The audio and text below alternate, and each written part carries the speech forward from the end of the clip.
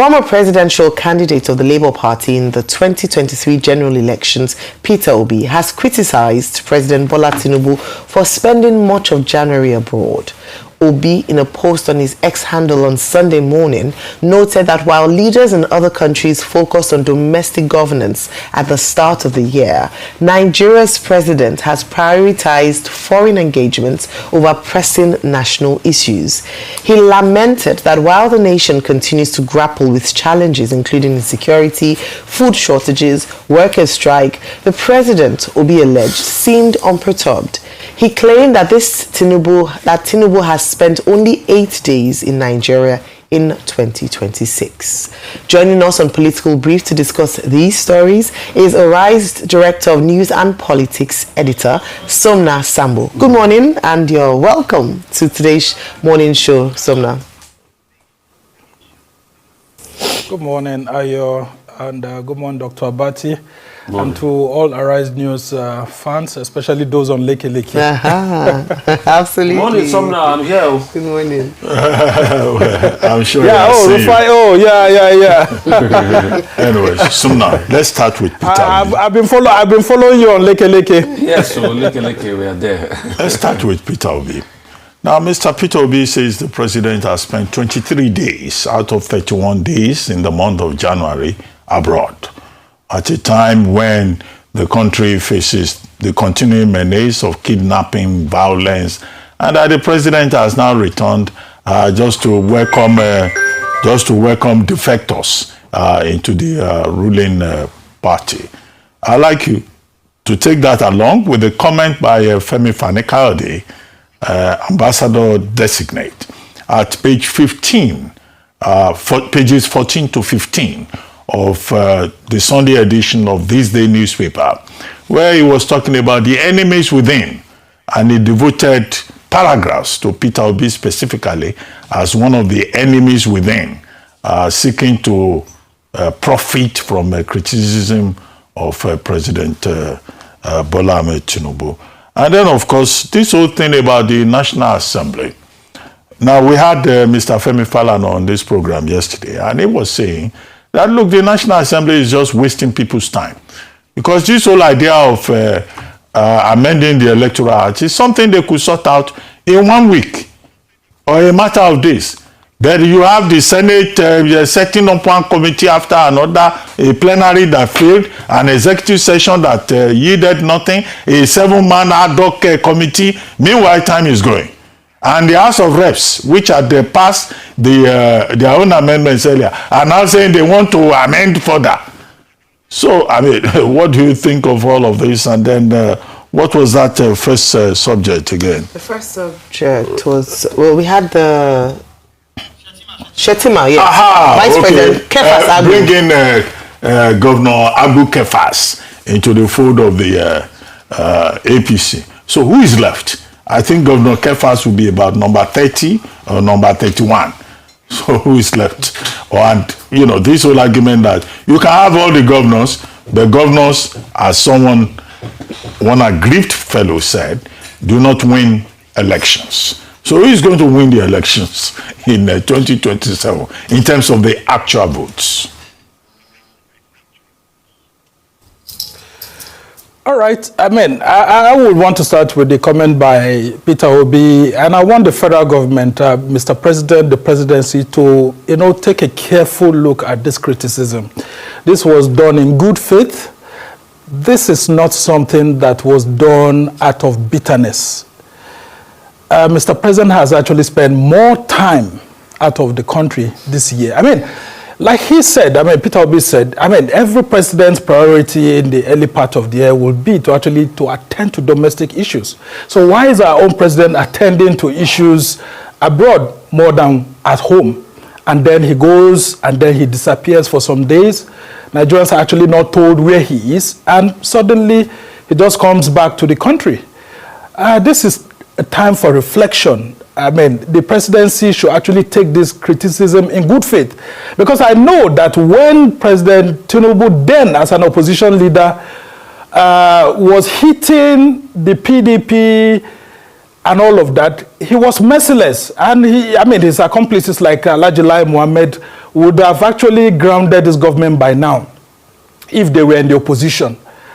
During that time, Nigerians actually listened to them. And because of that, Nigeria handed the country to them in 2015. And so if this criticism is coming from Peter Obi, he should take a listen and then see how they can adjust. Yeah, anyone can fall ill, can have challenges. And then you will see that once the president goes, they actually curate it in such a way that before the 20th or 21st day, he's already back. And why hasn't the president transmitted power officially to Vice President Kashim Shettima like, then President Buhari did to Vice President Oshibajo? Yeah, he could actually do that and then go ahead to do other things.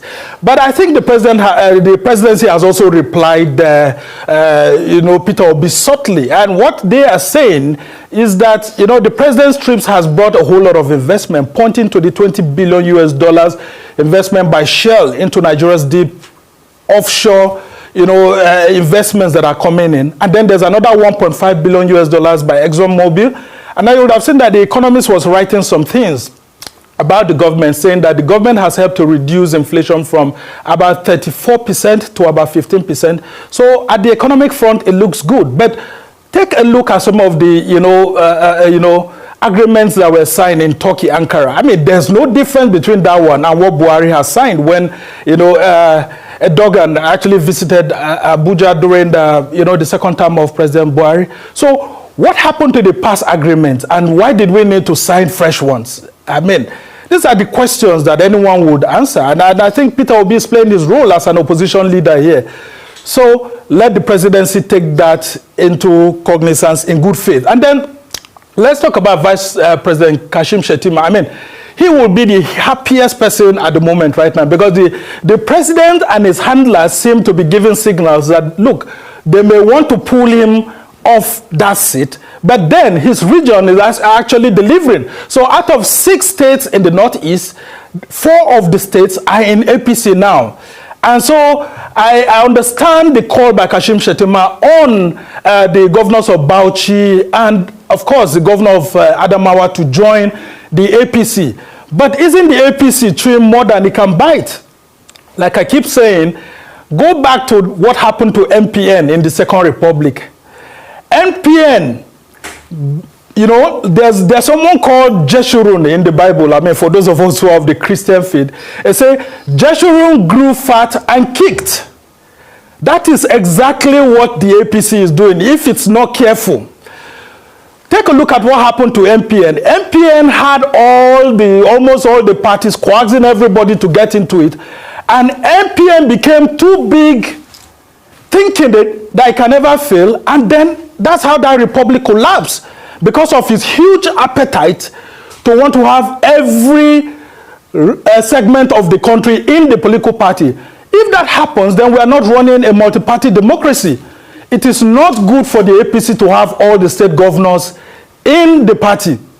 So while it works, and I think for the Northeast region, this is an opportunity for them to rally around their own vice president, the person who has been given to Tinubu, so that Tinubu will be comfortable not to change him. But nonetheless, it's risky for all the state governors to be in APC. And all these ones that they keep saying that they are going to the center to receive more support from the federal government. That's an indictment of the APC-led federal government, because it means that unless you are in the governing party, you cannot enjoy the constitutional dividends are given to you.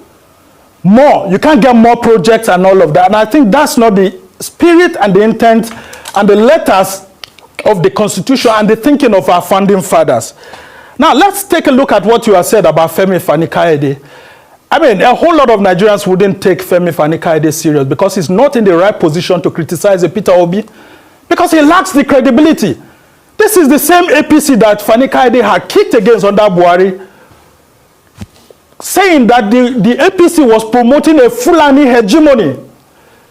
And with several people also calling APC a party of Janjaweed. Don't forget Olisametu of then PDP called the APC a party of Janjaweed militias, just like it was that, referring to that, militia group in Sudan. But where's Olisa Metu today? He's in the same APC. Where is Femi Fani Kayode today? He's in the same APC. What does that tell you about Nigerian elites? That their criticism should not be taken seriously at times by Nigerian citizens. Now, if he wasn't given a position and he had not been coddled by the Tinubu presidency, would he have been saying this? Because I'm very sure pretty soon he would have been saying that the Fulani people, in quote, have hijacked the Tinubu government and all of that. So I would ask Nigerians to take M. Fani Kayode's criticism with a pinch of salt. And then going to the other issues that we have across the country. As journalists, it is our duty to call out any arm of government that doesn't serve the interests of the Nigerian people. And the Senate of the Federal Republic of Nigeria right now is not serving the interests of the people. Because when President Tinubu sends bills to them, executive memos and all of that, they do that in one day. How come the Electoral Act that we have guarantee a free, fair and credible election is not being given much attention to? So apart from the ADC saying this, we as journalists, we need to call the APC to order. Because we know that when this party was in opposition, they kicked against everything. They abused everyone. They ensured that the institutions of state were put under pressure to be able to deliver the sort of elections that eventually brought it to power. So why is the APC not taking the issues of example, for example, the electronic transmission of election results seriously? Because that's what Nigerians are asking for. And in conclusion, the APC, through the National Assembly, both the Senate and the House of Reps should know that the legitimacy they derive is from the Nigerian people. And once they lose that legitimacy, there's no how they will walk freely on the streets of Nigeria. So if Nigerians are yearning for free, fair and credible election, this is where it starts from. Because INEC cannot roll out the election timetable now because they are waiting for the National Assembly. INEC is not able to roll out the election guidelines for 2027 because they are waiting. INEC is unable to function very well because they are waiting for the election budget, the approval. The 2026 appropriation bill is still before it. And that has not happened. So a lot of people will say, while the APC has made some gains in the economy like it's making us to believe, it has made some gains in stabilizing the country in some aspects.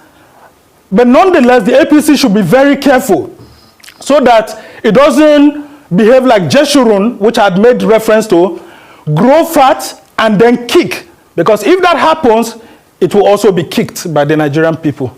All right. Thank you so much, Somna. I don't know if I can't call you pastor because we already have a resident pastor on the morning show, Pastor Dr. Ruben Abati. But maybe with your reference to H0t, maybe I'll call you Apostle in the marketplace. Apostle Somna Sambo, thank you very much for your sermon this morning. We're very well received, and thanks for breaking down the issues and analyzing, dissecting the stories. We look forward to more next week, Monday, when we have another edition of Political Bl0w.